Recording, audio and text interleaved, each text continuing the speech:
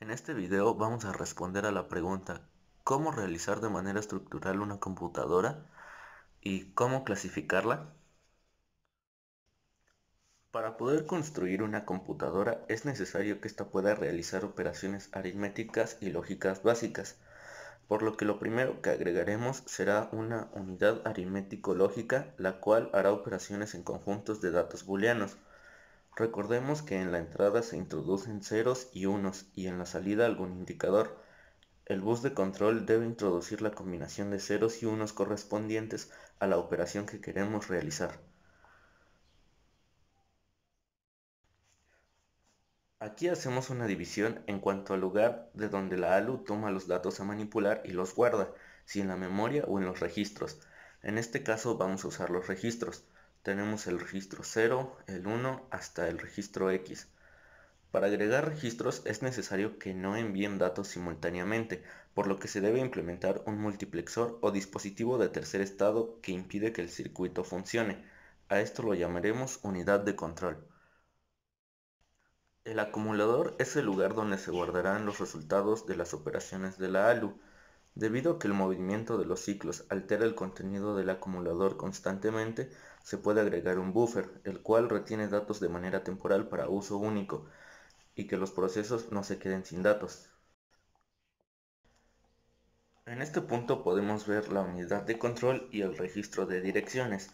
La unidad de control, recordemos, manipulará las señales apropiadas para activar o desactivar cada uno de los componentes del procesador, y el registro de dirección contendrá la dirección a la que apunte un programa o desde la que apunte un programa. En este modelo, la ALU, además de ejecutar una instrucción, suma a la dirección actual el desplazamiento para tomar la siguiente instrucción. Utilizando las características del procesamiento pipeline, es posible incluir otra ALU, que únicamente calcule direcciones mientras que la ALU principal realiza un cálculo. El multiplexor seleccionará la dirección dependiendo si es parte de una instrucción, o bien le sumará un desplazamiento calculado por la unidad de control. Para que se puedan manejar modos de direccionamiento indexados, se deben agregar dos registros más, el de índice fuente e índice destino. Se agregará un registro de bandera que mostrará el estado de la ALU. Integrar este registro permite que se ejecuten las instrucciones push, flags y pop flags, por lo que se necesitará un puntero de pila SP o registro de pila SS que especificará la dirección de memoria que éste reserva para esto. También agregaremos los registros segmentados CS, DS y SS, que recordemos que son segmento de código, segmento de datos y segmento de cola. Yo les voy a explicar el tema de flujo de instrucciones y datos. Existen varios esquemas de clasificación para los sistemas de cómputo. En este caso son 4. El primero es flujo de instrucciones y de datos único. Aquí se muestran los otros dos, que es flujo de instrucciones único. Y el tercero es flujo múltiple de instrucciones y posteriormente el cuarto es flujo múltiple de instrucciones. Comenzaré explicando el flujo de instrucción y de datos único. Bueno, esto aplica para las computadoras que son de estructura, de arquitectura tradicional. Esto quiere decir que cuentan con una unidad de control, una unidad de procesamiento y una unidad de memoria.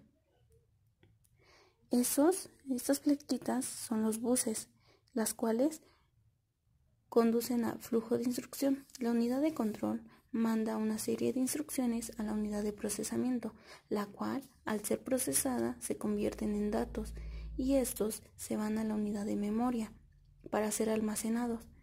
Y bueno, este proceso se repite muchas veces. Este flujo de instrucciones y de datos únicos nos quiere decir que es simple flujo de instrucciones y simple flujo de datos. Esto quiere decir que el proceso va a ser secuencial. Unidad de control es el flujo de instrucciones que pasan a la unidad de procesamiento. Al ser procesada, se convierten en datos y pasan a la unidad de memoria para ser almacenadas. Y así son los simples pasos de este primer esquema. Ok, el segundo es flujo de instrucciones único. En este existen múltiples elementos de proceso supervisados por la misma unidad de control. Esto quiere decir que todas las unidades de proceso reciben la misma instrucción emitida por la unidad de control. Como aquí se muestra, existe la unidad de control, la cual manda un flujo de instrucciones y se emite a diferentes unidades de procesamiento. Posteriormente, cada una saca su flujo de datos, su flujo de datos y su flujo de datos. Igual, de la misma manera, se van a una sola unidad de memoria. Y este proceso se repite, es lo mismo. Y bueno, como aquí se muestra unidad de control, flujo de instrucciones, se manda una instrucción para esas tres unidades de procesamiento. Se ejecuta unidad de procesamiento 1, unidad de procesamiento 2, unidad de procesamiento 3. Posteriormente a ser ejecutadas tres unidades de procesamiento, sale flujo de datos 1, flujo de datos 2 y flujo de datos 3. Y todos estos se van a la unidad de memoria. Bueno, esto quiere decir que los elementos de proceso son supervisados por la misma unidad de control. Es por eso que a este esquema quiere decir que es un simple flujo de instrucciones y múltiple flujo de datos. Entra una instrucción, se procesan y salen múltiples datos a una misma unidad de memoria. La tercera clasificación se llama flujo múltiple de instrucciones, en la cual existen n unidades procesadoras y cada una de ellas reciben distintas instrucciones que operan sobre el mismo flujo de datos. En esta arquitectura es poco atendida y la mencionan mucho los autores únicamente como propósito académico. Y pues bueno, a esto se le conoce así, ya que existe múltiple flujo de instrucciones y simple flujo de datos. Esto, a comparación del anterior, quiere decir que existe unidad de control 1, unidad de control 2, unidad de control n, y así se puede ir unidad de control 3, 4, 5 y 6. Cada una genera un flujo de datos diferentes en la cual todas estas se van a ir a una misma unidad de procesamiento. Y esta, al ser procesada, sacará un solo flujo de datos que irá a una unidad de memoria. Este proceso se irá repitiendo. Y así, a diferencia de otra, es de que aquí son diferentes instrucciones para una unidad de procesamiento. En la otra era una sola instrucción y diferentes procesamientos de datos. Ok, bueno, como ya lo había mencionado, a esto se le conoce como múltiple flujo de instrucciones y simple flujo de datos. La cuarta clasificación es flujo múltiple de instrucciones, en la cual implica interacciones entre los procesadores, debido a que todos los flujos se derivan del mismo espacio de datos compartidos. Bueno, aquí está unidad de control 1, unidad de control 2 y unidad de control n. Todo esto hace una red de computadoras. ¿Qué quiere decir esto? Que esta es una computadora, esta es otra computadora y esta es otra computadora. Todas tienen el flujo de instrucciones y de datos único, o bien el simple flujo de instrucciones, simple flujo de datos. Pero todos, si nos damos cuenta, están entrelazados de acuerdo a la unidad de memoria en la cual pasan los datos. Todos. ¿Qué quiere decir esto? Que dentro de la red de computadoras hay muchas instrucciones, ya que unidad de control n se basa en una red de muchas computadoras entrelazadas, las cuales interactúan al mismo tiempo enviando flujo de instrucciones por cada una a unidades de control, a su misma unidad de control, y esas a su unidad de memoria. Pero esto quiere decir que es una red de computadoras que está haciendo que el proceso de todas las computadoras pueda actuar de la misma manera o bien al mismo tiempo sin ningún problema. Juegos de instrucciones y lenguaje de máquina. El lenguaje de máquina está construido a partir de los estados discretos o instrucciones.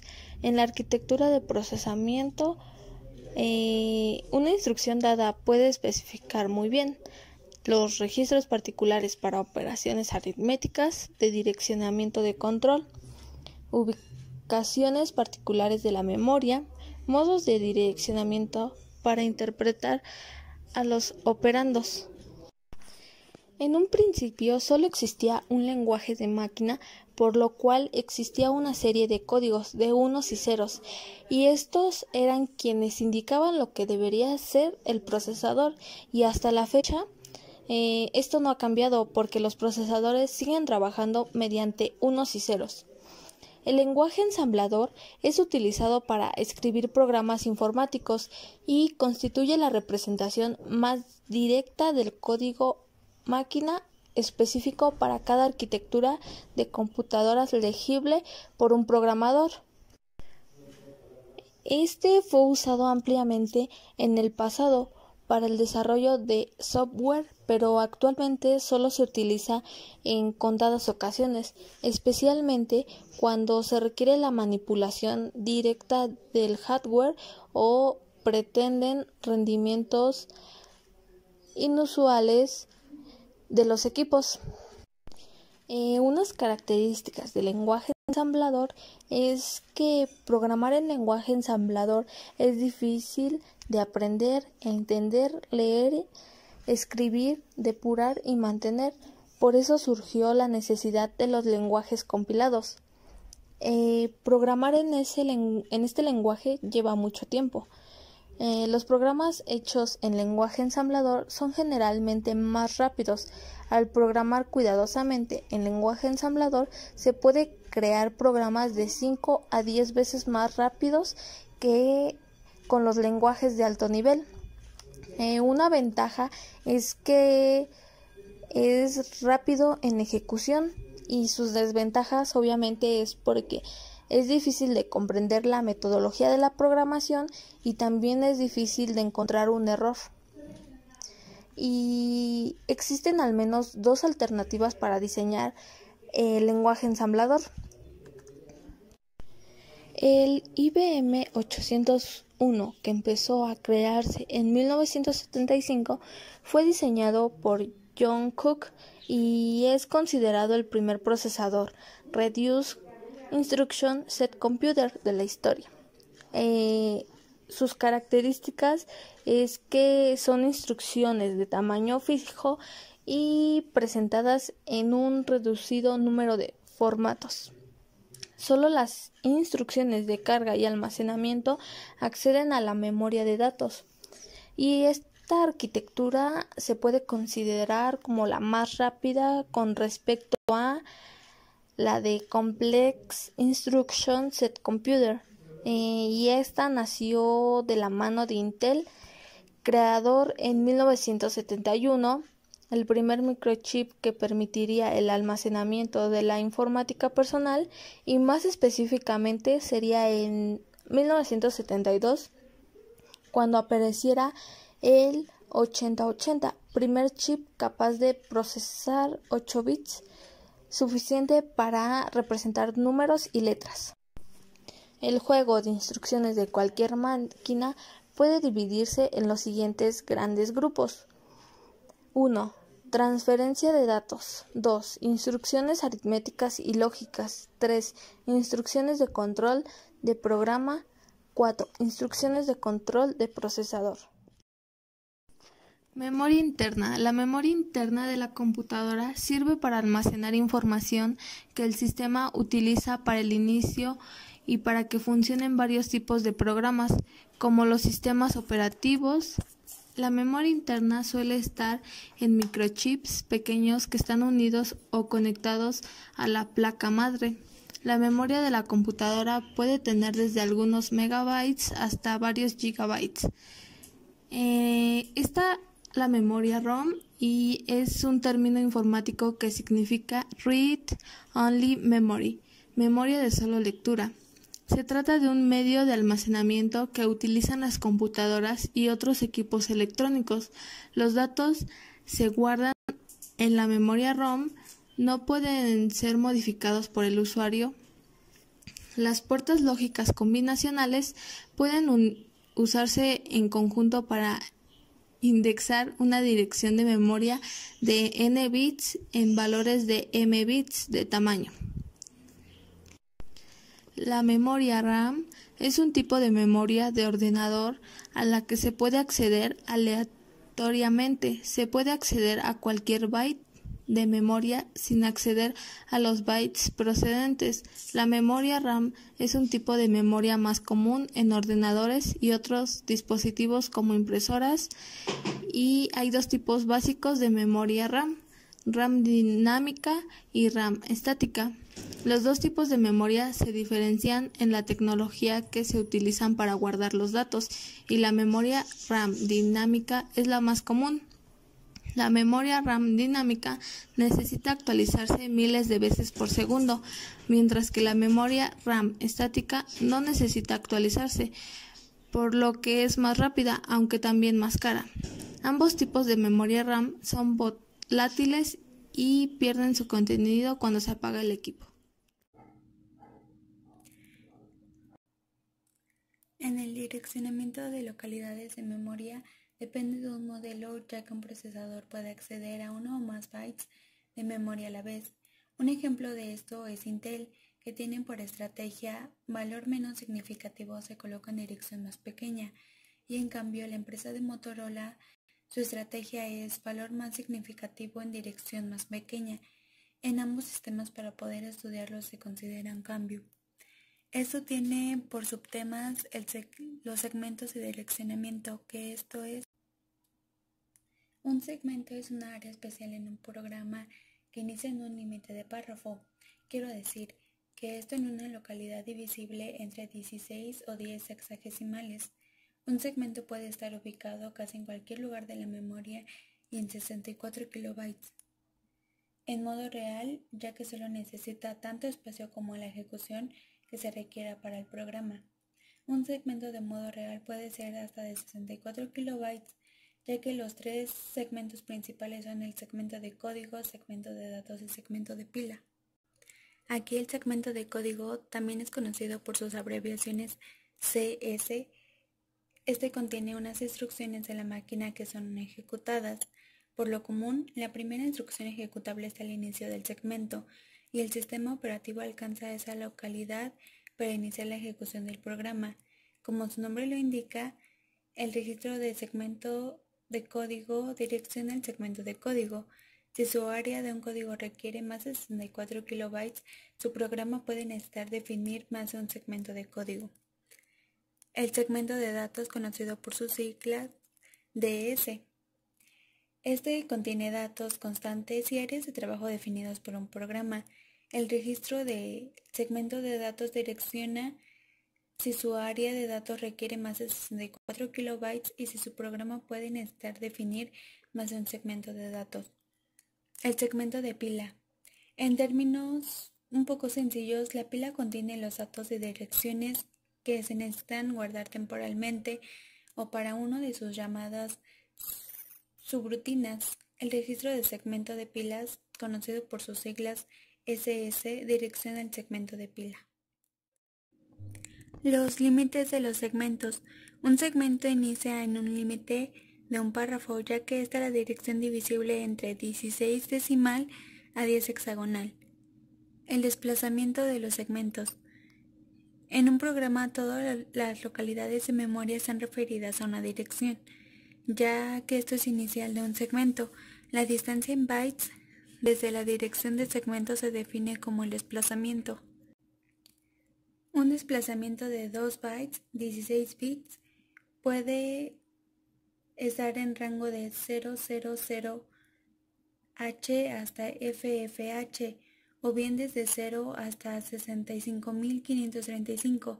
Así es como el primer byte del segmento de código tiene un desplazamiento 00, ya que el segundo byte tiene un desplazamiento de 01 hasta el desplazamiento 65.365.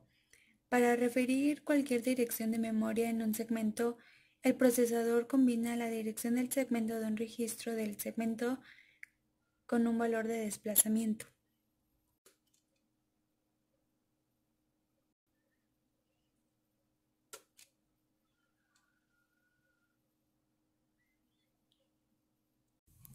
La capacidad de direccionamiento. Aquí, como ya habíamos visto en el ejemplo de Intel, la serie de PC ha utilizado varios procesadores que estos proporcionan diferentes capacidades de direccionamiento. Los registros son de los procesadores 8086 a 8088, que esto proporciona 16 bytes, ya que con la dirección de segmento está en un límite de un párrafo. Los 4 bytes de la extrema derecha de su dirección son 0. El direccionamiento 80.286 en el modo real es en el procesador que maneja el direccionamiento de la misma manera que lo hace el 8086. Eso está en un modo protegido, ya que el procesador utiliza 24 bytes para el direccionamiento, de manera que FFFF0 permite direccionar hasta 16 millones de bytes, ya que también los registros del segmento actúan como seleccionadores para accesar a una dirección del segmento de 24 bits con la memoria, y se suma este valor con el desplazamiento de la dirección de 16 bits.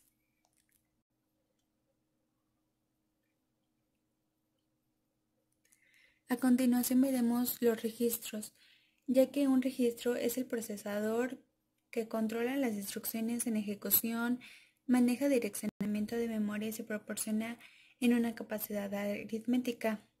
Los registros son direccionables por medio del nombre, los bits por convención.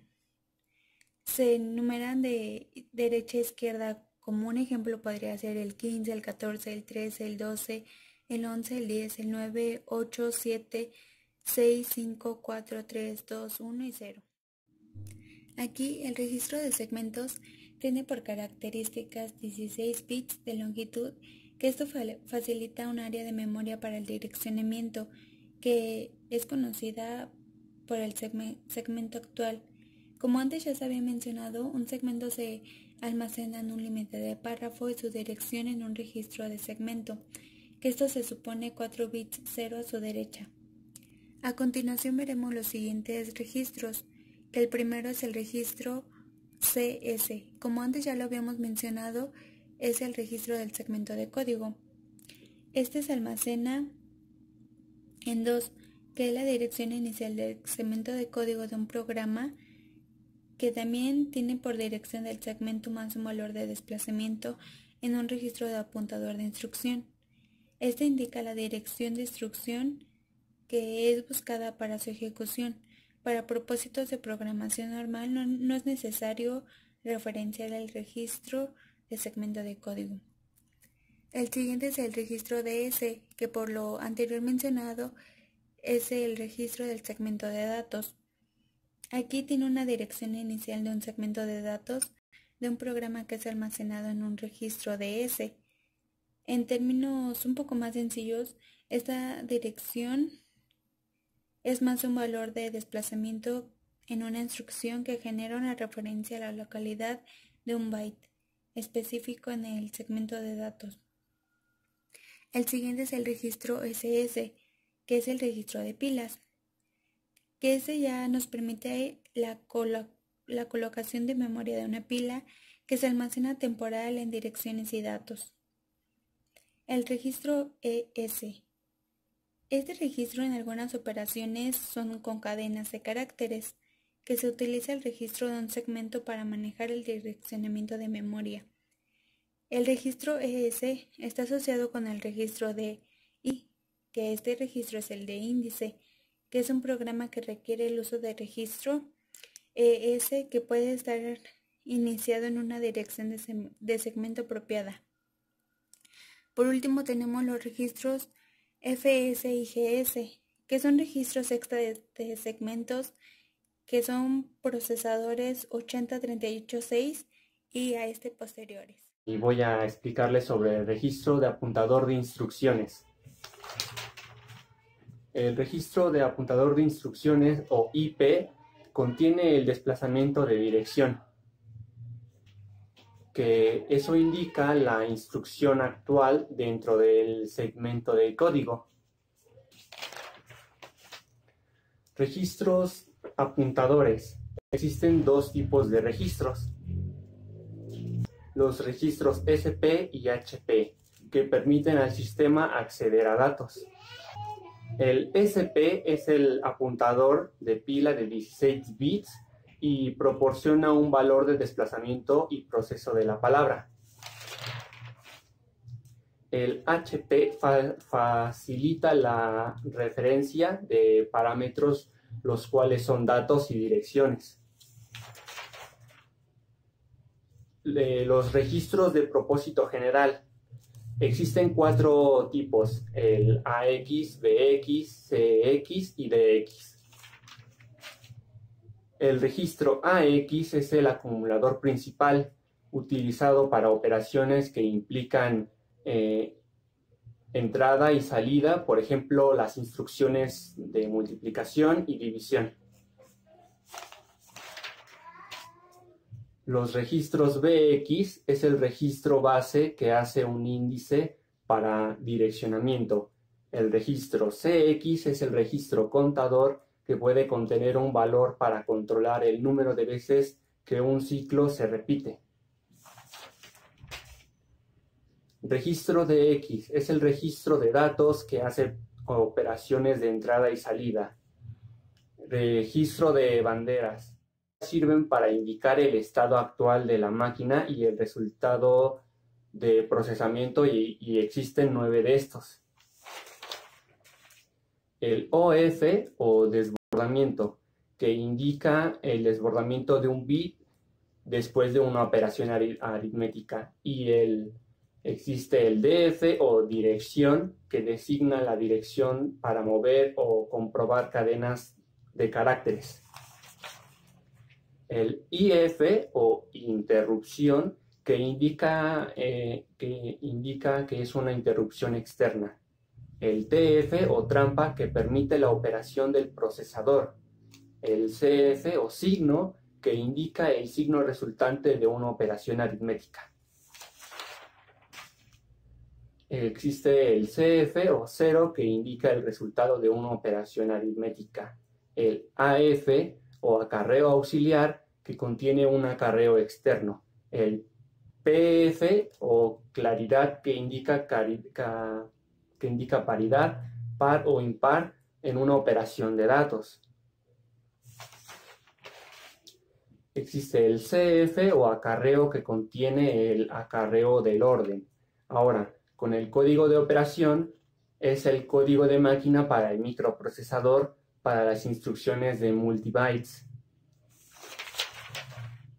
Y de estos existen 5 de estos códigos. El opcode especifica la operación de suma y resta. El D, que especifica cuando es fuente o destino. Y W, cuando la operación será sobre 8 y 16 bits. Existe el mod, que indica si existe desplazamiento o no. El reg, que especifica el registro que será utilizado. Y el rem-m indica cuando el operador es registro o memoria. Por último, veremos cómo clasificar una computadora. No existe una sola manera de clasificarlas, pues por su multitud de componentes es posible categorizarlas en distintas clasificaciones. Nosotros revisaremos 7 formas de clasificarlas, que son según la especialización de la memoria, el conjunto de instrucciones, el manejo de celdas de registro, el flujo de instrucciones y datos, el tamaño del procesador, la especialización y el acceso a la memoria. Empecemos con la clasificación según la especialización de la memoria. Aquí podemos encontrar 2 categorías, las von Neumann y las Harvard. Las von Neumann son en donde los datos y las instrucciones de los programas se encuentran en el mismo dispositivo de almacenamiento, por lo que solo se pueden llevar o datos o instrucciones. En la categoría Harvard, los datos y las instrucciones se encuentran en dispositivos de almacenamiento diferentes, por lo que se pueden transportar datos e instrucciones simultáneamente, lo que las hace más rápidas. En la clasificación según el conjunto de instrucciones tenemos las máquinas CISC y RISC. Las máquinas CISC son aquellas que utilizan un set de instrucciones complejo. Estas ejecutan comandos complejos con pocas líneas de código, y las instrucciones individuales pueden realizar muchas operaciones simples, aunque esto los vuelve más lentas que las máquinas RISC. Las máquinas RISC son aquellas que tienen un set de instrucciones reducido. Utilizan un conjunto sencillo de instrucciones para leer y procesar datos, y esto permite construir comandos más complejos y rápidos. En la clasificación según el manejo de celdas de registro tenemos las arquitecturas Little Endian y Big Endian. En la Little Endian, el byte menos significativo se coloca en la dirección más baja de la memoria, y en el Big Endian, el byte más significativo se coloca en la dirección más baja de la memoria. Por ejemplo, si tenemos el número 1.000.000 en binario, en la arquitectura Little Endian se guardará primero el byte 0 en la posición 000, el byte 1 en la posición 001 y el byte 2 en la posición 002. Sin embargo, en Big Endian se guardarán el byte 2 en la posición 000, el byte 1 en la posición 001 y el byte 0 en la posición 002. De acuerdo con el flujo de instrucciones y de datos, tenemos 4 tipos distintos de máquinas. Primero tenemos las de simple flujo de instrucciones y simple flujo de datos, en donde un único procesador ejecuta un flujo de instrucciones para operar en los datos de una sola memoria. Tenemos las máquinas de múltiple flujo de instrucciones y simple flujo de datos, en donde muchas unidades funcionales realizan operaciones con los mismos datos. Tenemos las máquinas de simple flujo de instrucciones y múltiple flujo de datos, en donde se trata de una instrucción que aplican una misma operación sobre un conjunto de grandes datos. Las unidades de procesamiento reciben la misma instrucción pero operan sobre diferentes conjuntos de datos. Y por último tenemos las máquinas de múltiple flujo de instrucciones y múltiple flujo de datos, en donde existe un número de procesadores que funcionan de manera asincrónica e independiente. En cualquier momento, cualquier procesador puede ejecutar diferentes instrucciones sobre distintos datos. Basándonos en el tamaño del procesador, tenemos las minicomputadoras y las microcomputadoras. Las minicomputadoras son sistemas creados en los 60s, ubicados en un punto medio en el espectro computacional entre sistemas mainframes y microcomputadoras. Son usadas generalmente en empresas o instituciones académicas. Medían alrededor de unos 2 metros. Eran por lo general grandes. Las microcomputadoras, sin embargo, son creadas a base del microprocesador y usadas comúnmente para propósitos personales como gestión de textos, bases de datos, edición de fotografías, etc. De acuerdo a la especialización, tenemos las computadoras de propósito general y específico. En las de propósito general, los usuarios pueden manipular los procesos por medio de programas, dándoles diferentes usos como gestiones administrativas, cálculos técnicos, manipulación de archivos, etc. Sin embargo, en las de propósito específico, las operaciones que se realizan son determinadas por el hardware y solamente se realizan tareas específicas. No se pueden realizar tareas diferentes a las que fueron destinadas a hacer, como computadoras de automóviles, refrigeradores, etc. Y por último, en base a acceso a la memoria, tenemos 3 tipos. Las Uniform Memory Access, en donde cada procesador tiene acceso directo a una sola memoria compartida, con ubicaciones equidistantes. Los procesadores acceden al mismo tiempo a la memoria. Tenemos las computadoras NUMA, que son las Non-Uniform Memory Access, donde tienen una memoria física compartida distribuida, y los tiempos de acceso de la memoria difieren. Y por último, la Cache Only Memory Access, donde no tienen memoria física compartida, pero el caché constituye las memorias de las máquinas. Los tiempos de acceso varían.